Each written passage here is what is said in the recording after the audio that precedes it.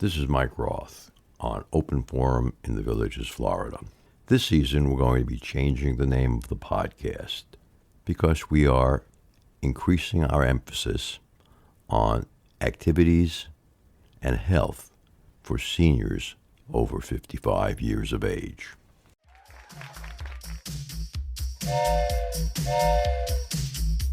Welcome to Season 8 of Villages Vitality Life, Seniors Life Unscripted.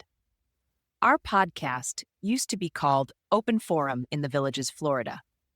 In this new season, we talk to leaders of clubs and interesting folks who live in and around the villages. We also talk to people who have information vital to seniors. You will get perspectives of what is happening in and around the Villages, Florida. In addition, in this new season, we will add more information for all seniors. We are a listener-supported podcast. This is Mike Roth on Villages Vitality Senior Life Unscripted. I'm here today with Dave Anthony. Thanks for joining me, Dave. Mike, thanks for having me. But Dave, you're a developer. How long have you been a developer? I actually started developing back in the early 80s. Tell us a little bit about your background. I started in the early 80s developing manufactured home communities in Punta Gorda. And I did that for several years. I developed 3 communities. And then I retired from that, had a consulting business, and built an RV community and also a gated community there in Punta Gorda. Why don't you tell us a little bit about why you decided to get into the business of building garage condos? Because I needed one. And I was able to go look at one that was being built in our town. Some friends of mine had bought one. This is about at least 8 years ago now, and went over to it, and I liked the concept. I just didn't like the structure that they were building, didn't like the quality of it, and felt like I could design it a little bit better, and I listened to those gentlemen that had bought in there and things that they wished were different. Could you give our listeners a little bit of an idea of what you saw and what you didn't like? That was in the beginning of the industry, and they were building them with lower ceilings.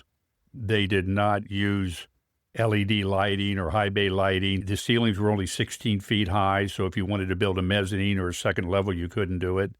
And actually, they were too small. They were 18, 20 feet wide, which in today's world, you need at least 24, 25 feet wide to have 2 vehicles in there.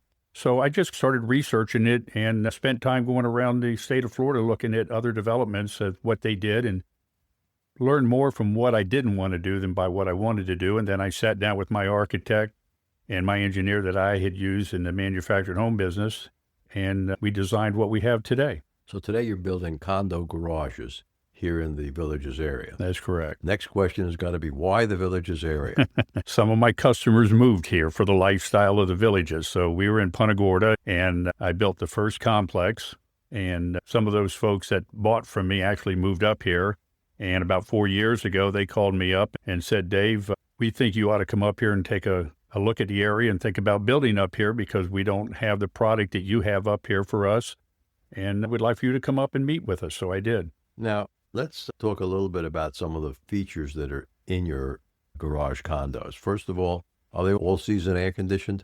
Yes, we use a mini split system, which can be for air conditioning, heating. You can just put it on a dry mode if you want, but it really is more efficient to run it in the AC setting. So they are climate controlled, and that's probably one of the most important factors. Now here in Florida, people are worried about the heat getting into their garages and their houses, and so they put, relatively speaking, ineffective insulation on the garage doors. That's true. What do you do? That's one of the things that I noticed. Most of these places use a metal roll-up door. If they did, they used a standard garage door. We upgraded that quite a bit. Start off with, we used R30 insulation in the roof. And the garage doors are Copay doors. It's the best insulated door that they make. So that was one of the major factors that I looked at that we use standard in our product. Do you have hurricane bars on your garage door? Oh, absolutely. And the way I build these units here, I build them the same way that we did in Punta Gorda. The way I build these is each unit within a building is its own building. They're completely footered all the way around. They have what they call a bond beam, which is like a tie beam halfway up, and then a tie beam at the top, of course. But also my dividing walls between my units are concrete structural walls, and the unit is completely footered. So it is a building within a building. So when you say concrete structured wall, does that mean it's got concrete, poured concrete with rebar in it? Or does that mean cement block? It's cement block with rebar. So on the perimeter walls, every 2 feet, you've got rebar going up, and it goes to what they call a bond beam, where it's tied with steel and goes around. The dividing walls have steel rebar going up every 4 feet. And then at 11 feet, there's a row of steel going completely around the building, again at 18. So those are structural walls on top of a 30-inch footer. And let's talk about bathroom facilities. What do you build into each unit? It depends on the location, and it varies. If we have a location that we're on a septic tank system, then obviously we don't have bathrooms within the units. We have nice common restrooms, and we always locate them to where it's very convenient for the customer, either depending on the size of the project. Some of ours have one common restroom in the center. It has a men's room and separate ladies' room, so the ladies have their own. If the project is a little bit bigger, we'll have 2 or 3 sets of bathrooms, so they're very convenient for them.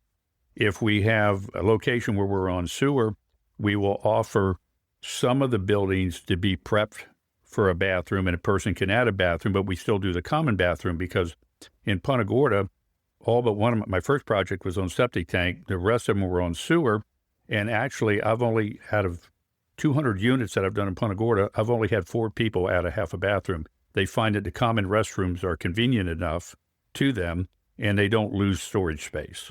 That's interesting perspective. Yeah. I would have thought that common bathroom adds a maintenance cost that the minor, very minor. It's in the HOA docs. The lady comes, we have a cleaning service come once a week to clean the restrooms and sanitize them. And then what happens is each complex has its own HOA, and there's 5 directors. And so you have a cleaning service come once a week for that, for the maintenance of the lawns and everything. And we find that it really is very inexpensive. The maintenance fees for the one we're building here in Punta Gorda, the total HOA fees, including the insurance on the complex, and again, security cameras, gated entry, many of those items, is $124 a month. So it's very reasonable. In construction phase now for a unit in Leesburg, correct? Yeah, the address is Leesburg, but we're actually located very close to the villages. We're exactly 2 miles east of the new Walmart on Highway 44. So just 2 miles east of there on the right-hand side. So it's very convenient to the villages. The right-hand side, that means the south side? That's correct. As you're heading from the villages from Walmart towards Leesburg, 2 miles down on your right. Now, is that one on septic, or is it? That's on septic, okay. Now, we've just acquired 2 other locations because we're anticipating expanding. And matter of fact, we just put up the signs this week. Both of those will have sewer available to them. Some of the buildings will be prepped where people can add a toilet if they like, or a half a bathroom, and some will not. And how large are the units that you're building? Our units start, and again, this is over research and building for the years, our units start at 24 feet wide by 52 feet deep and go up from there. The location we're at right now, all of the units are 52 feet deep, but we have 24 wide, 30, 32, or 34, depending on what the customer needs. Now, in the next complex that we're going to do, we'll start at that size, but we'll also have some units that are deeper. We'll have some that are 60 feet deep for people that have some very large stuff, but we've found that 52 feet will accommodate 90% of what people need. What about building a second story inside this garage condo? Yes, that's one of the things that I would say probably about 70% of the people do. That's why we went to an 18-foot ceiling clearance, so that when you build a mezzanine, you can have 9 feet clearance on the bottom and 8 on the top, or however really wherever you want to build it for the division in the height. But yes, and the other thing that I do is I come out 12 foot from the rear wall, and I put a 30-inch by 30-inch isolated footer, so that if a person's building a mezzanine, then they have a footer to put the post on in the middle. Now, you can span the 24-foot without a post. The 30-foot, you should have a post, but you could span it with a very large beam, but most of the people do not. They put a post in the center there. But yeah, they build the mezzanines for any purposes. Do people put lifts into these garage condos? Yes. What type of lifts? Most of them, not too many guys do the 2-post lift anymore. I would say 99% it's a 4-post lift. because they have those trays on them with the jacks that they can raise them up. 4-posts are much more easy to maneuver because the new ones they have now, you don't even have to bolt them down. They have a dolly thing on them, and they just raise up, and actually 2 people can just move that lift anywhere they want within the unit. So 90% of the people do a 4-post lift that handles a single car. A couple of the guys have what we call double wide lifts, where you have 2 cars side by side. Again, it's a 4-post lift that goes up.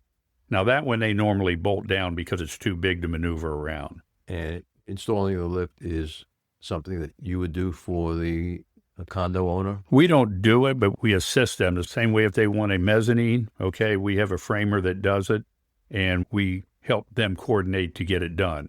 Okay, for the first owner. Yes, we assist the owner with that.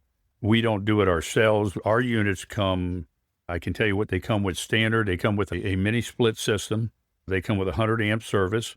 We do 13 double electrical outlets around the side of it so people can plug stuff in without running extension cords all over the place. We have 2 ceiling fans that help circulate the air. They come with high bay LED lighting that's made just for this type of structure. Our garage doors are, like I said, all copay. They're all, of course, have open operators, but they're commercial. We don't use a standard opener. It's a commercial rated opener, which is 30% stronger than a standard. All of the things that we sell are adaptable to your phone. The man doors are all keyless entry to your phone, your air conditioner, your garage door, all that stuff can be operated from your telephone remote. Of course, there's a keypad on the man door. The garage door has a keypad outside of it. You also get a button opener like you do for your regular house. And that you get the opener will have 2 buttons on it. One operates the gated entry because it's a gated entry, and the other button will open your garage door. Okay. Okay. And on the common restrooms, those doors lock?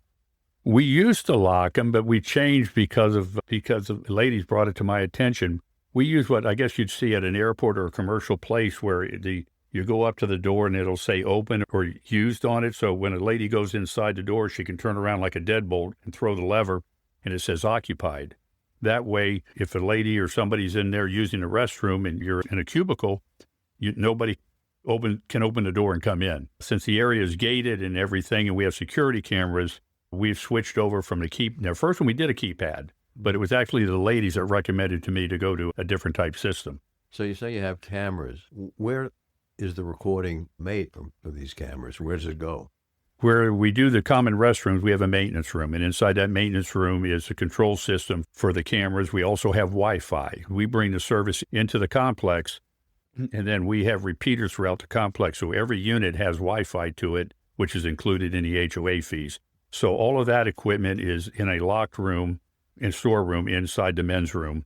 And the fellows or ladies, too, we have ladies and fellows that are directors. Each community has a 5-director board, and they have access to that to monitor it. Every owner can have access to the cameras. So in other words, if you own a unit in there, you have that app on your phone. You can see every camera that is being operated at any time. Great. Dave, let's take a break here and listen to an Alzheimer's tip from Dr. Craig Curtis.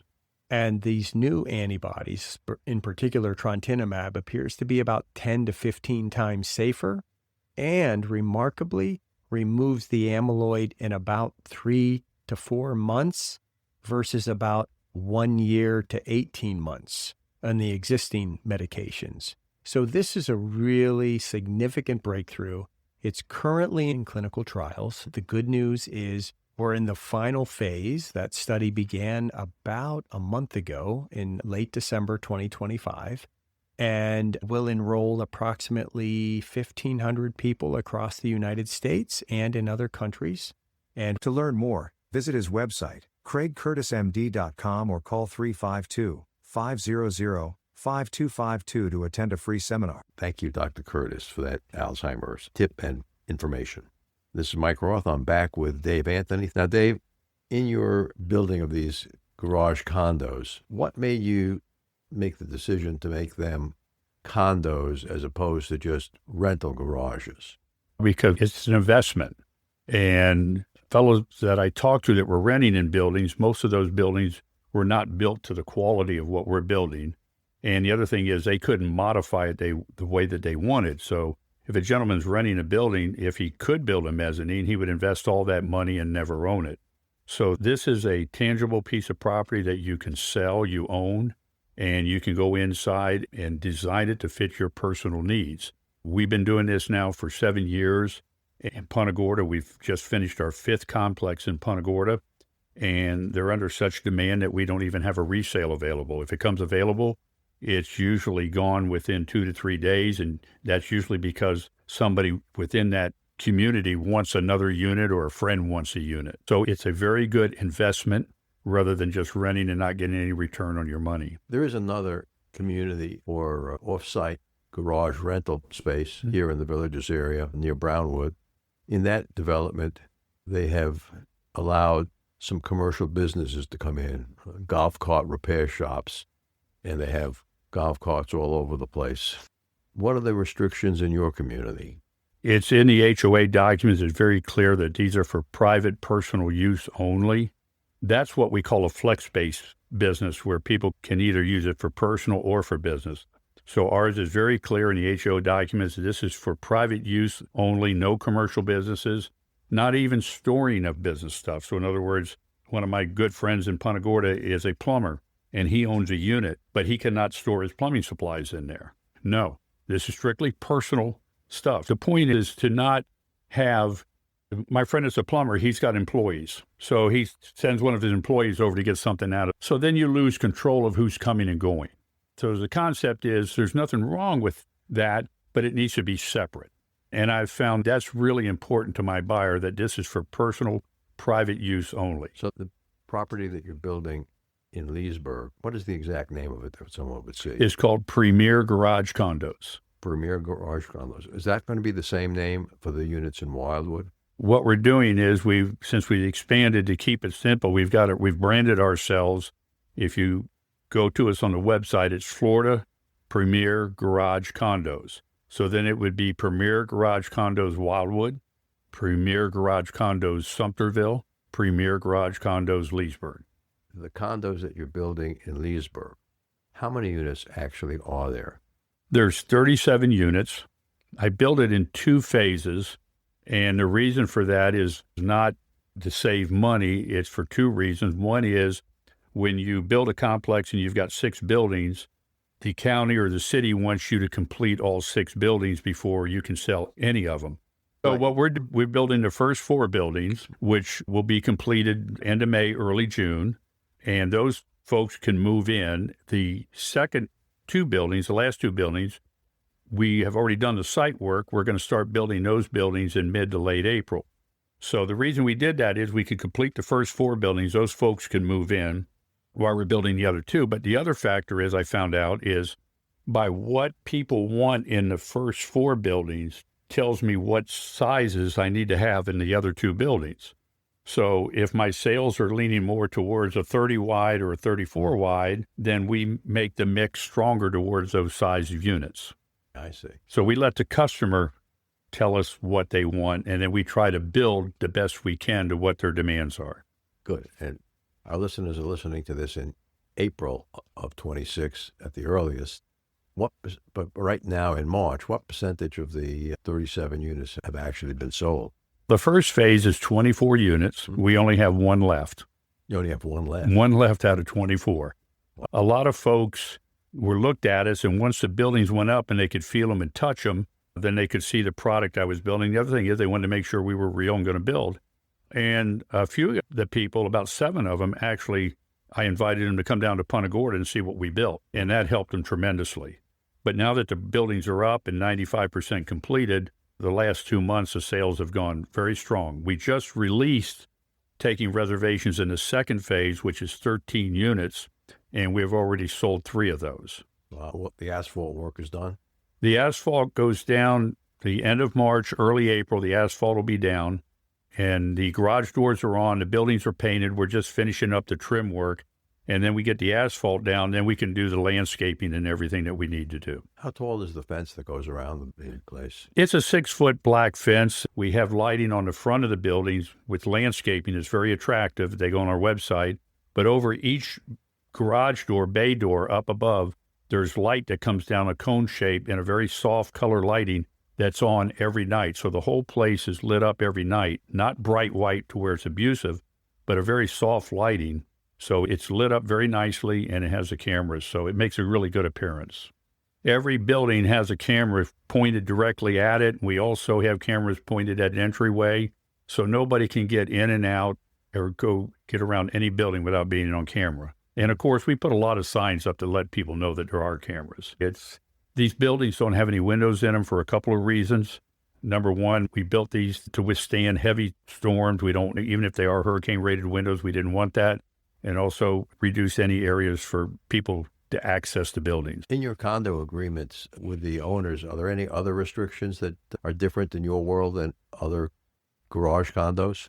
The main thing is that these are for personal use. I give you an example. I have two gentlemen that are buying that had woodworking shops in their basements up north.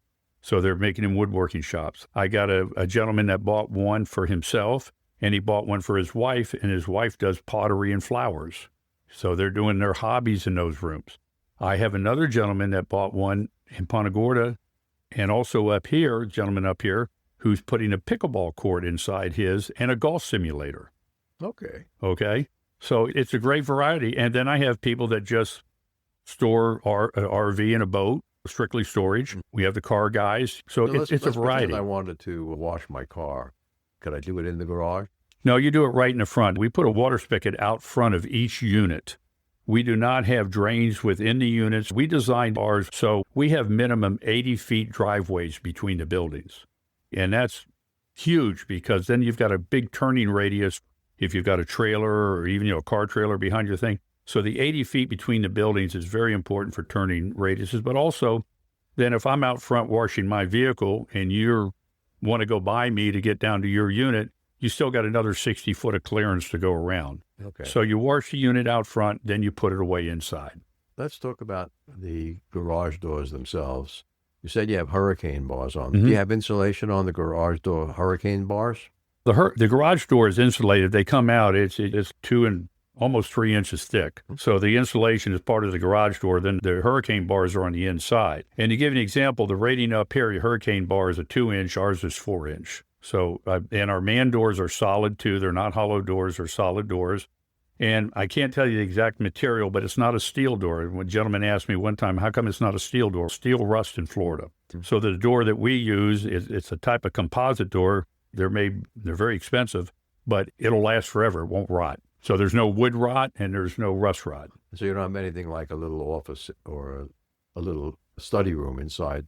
Some guys have done that. I have, like when they build their mezzanines, some will put they put a couch up there and they have color TV, they have a refrigerator. Some guys, I know. Some people build man caves out. If a guy buys one of these, is he allowed to work on his own vehicle there?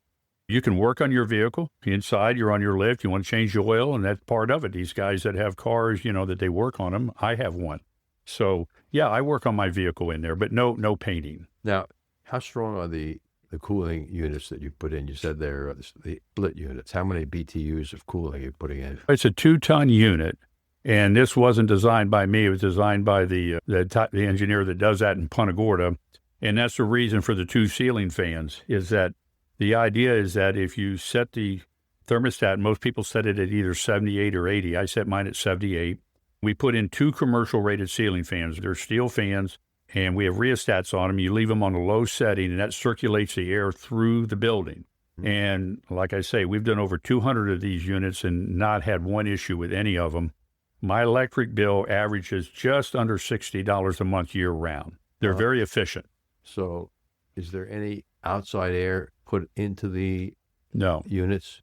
No. By your heating and air conditioning system? No. So it's a sealed system? It's a sealed system. That is correct. The idea is you want the humidity out of there, and it's called Florida Power and Light down where we live. When we did our first complex, we had them come out and do a study for us. And we wanted to see, like I say, this is our 7th project, so we've taken a lot of time to make sure that the things that we're using are proper. And like I say, we've done over 200 of these units in less than 7 years, and we're using the exact same electrical air conditioning system that we used from day one. Okay.